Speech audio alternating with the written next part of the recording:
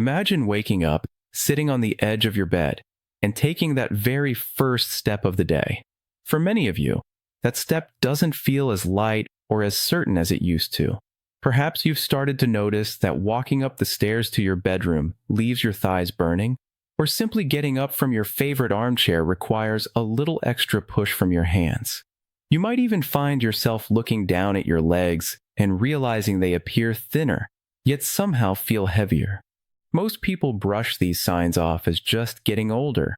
They think it is an annoying, yet unavoidable part of life. But I am here to tell you that it is not just an annoyance. It is a warning sign that should not be taken lightly. What you are experiencing is likely the onset of sarcopenia, which is the progressive, age-related loss of muscle mass and strength. If ignored, this doesn't just make stairs difficult. It actively weakens your base of support, significantly increasing your risk of falls, fractures, and ultimately, the loss of your independence.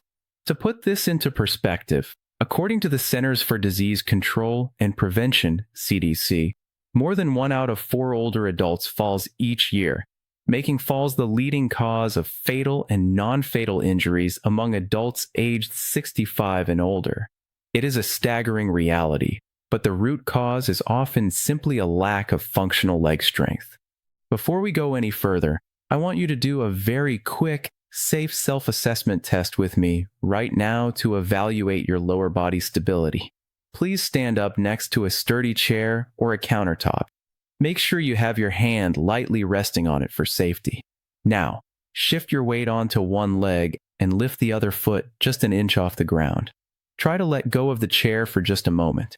Can you hold that position steadily for 10 seconds without wobbling intensely or having to put your foot down? If you had to grab the chair immediately or felt your ankle shaking uncontrollably, your body is telling you that your stabilizing muscles are fading.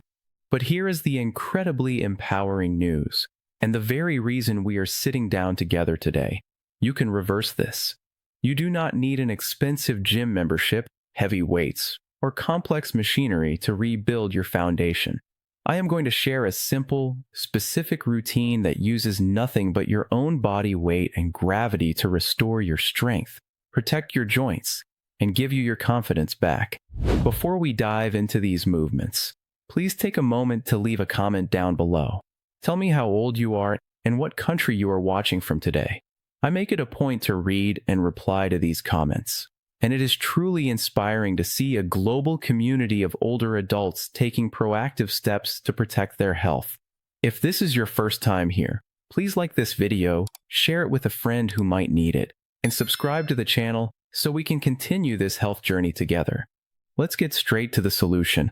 I have structured this as a countdown, starting from movement number 3 and working our way down to the absolute most important exercise at number 1. Exercise 3. The standing heel raise. We begin at the very foundation of your body, your feet and lower legs. The standing heel raise targets the calf muscles and the complex tendons of the ankle. To do this, stand tall behind a sturdy chair, using the backrest for balance. Keep your feet hip-width apart. Slowly, with deep control, push through the balls of your feet and lift your heels as high off the floor as you comfortably can. Hold that top position for 2 full seconds, feeling the tightness in your lower legs, and then slowly lower your heels back to the ground. Aim for 2 to 3 sets of 15 to 20 repetitions 3 times a week. Why is this so crucial? Scientifically, the calf muscles act as a peripheral venous pump. When you contract these muscles, they physically squeeze the deep veins in your legs, forcing blood back up to your heart against gravity. As we age and become less active, this pump weakens, leading to poor circulation, swollen ankles, and heavy, fatigued legs. Furthermore, strengthening these muscles enhances proprioception, your brain's ability to sense exactly where your joints are in space. By waking up these deep, stabilizing fibers, you drastically reduce your chances of tripping over uneven sidewalks or losing your balance when you suddenly turn your head. Moving seamlessly up the body from our foundation, we arrive at the next critical link in your mobility chain. Exercise 2. the step up. If the heel raise gives you stability, the step up gives you functional power. This movement directly mimics one of the most common and essential daily tasks: climbing stairs and navigating curbs. When older adults tell me they feel afraid of falling, it is often because they have lost the specific strength required to lift their own body weight on a single leg. To perform the step up safely at home, you need a firm, non-slip platform, a sturdy bottom stair, or a secure step block, ideally between 15 to 30 centimeters high. Stand facing the step with your chest up and your core muscles gently pulled in.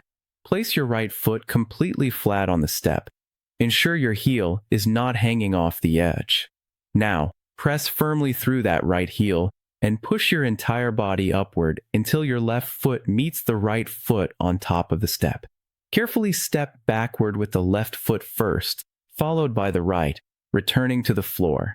You want to alternate legs, performing about 2 or 3 sets of 8 to 12 repetitions per leg. If you feel unsteady, please place your step near a wall or a handrail so you can lightly support yourself. Do not use momentum to swing yourself up. Force the muscles of the front leg to do the actual lifting. When we look at the physiology of aging, the muscles that deteriorate first and fastest are the type 2 muscle fibers. These are your fast-twitch fibers, responsible for powerful, quick movements, like catching yourself when you stumble.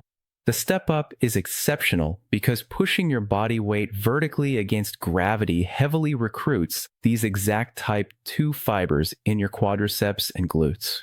Additionally, this unilateral, one-sided movement strongly engages the gluteus medius, a muscle located on the side of your hip.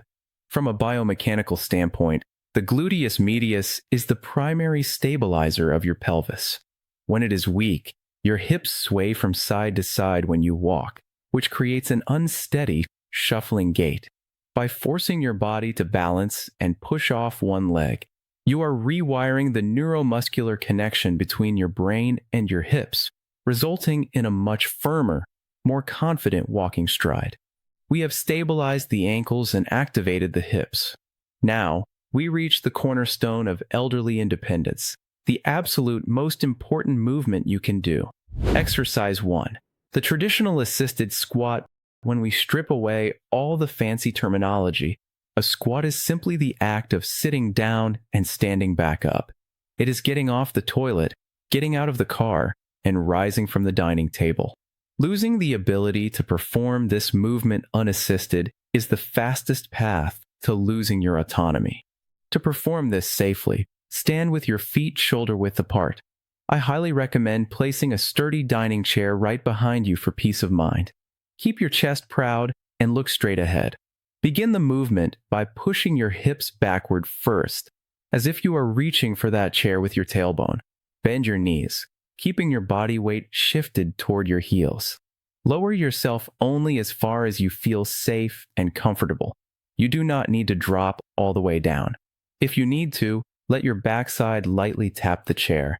Then, push firmly through your heels, squeeze your glutes, and stand back up to a fully straight position. Aim for 2 to 3 sets of 8 to 10 repetitions 3 times a week. The squat is fundamentally a compound, closed kinetic chain exercise.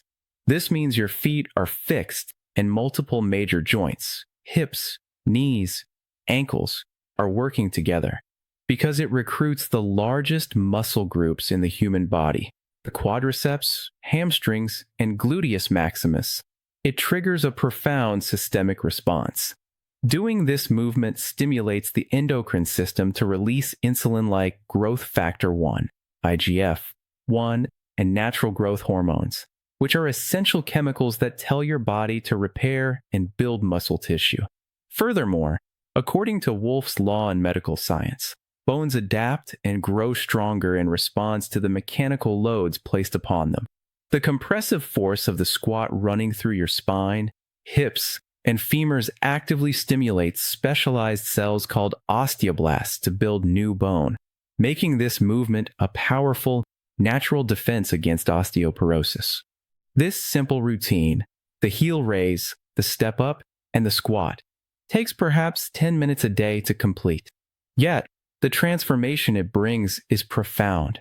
Within just a few weeks of consistent practice, you will notice a shift. It starts physically. The stairs won't seem as daunting, and you will get out of bed with a newfound firmness in your legs. Your posture will naturally upright itself because your core and hip muscles are finally doing their job, holding your spine in alignment. But the most beautiful change is the emotional one. There is a deep psychological toll that comes with feeling frail or worrying about falling. Rebuilding your leg strength strips that fear away. Every repetition you complete is a signal to your brain that you are capable, that your body can still heal, and that you are in control of your physical destiny. You do not have to accept weakness as a normal part of your golden years. Treat this routine as your daily medicine. Move slowly, listen to your joints, and celebrate the small victories. Thank you for sitting down with me today and dedicating this time to your health. I look forward to reading your comments and seeing you in the next video. Stay strong and keep moving.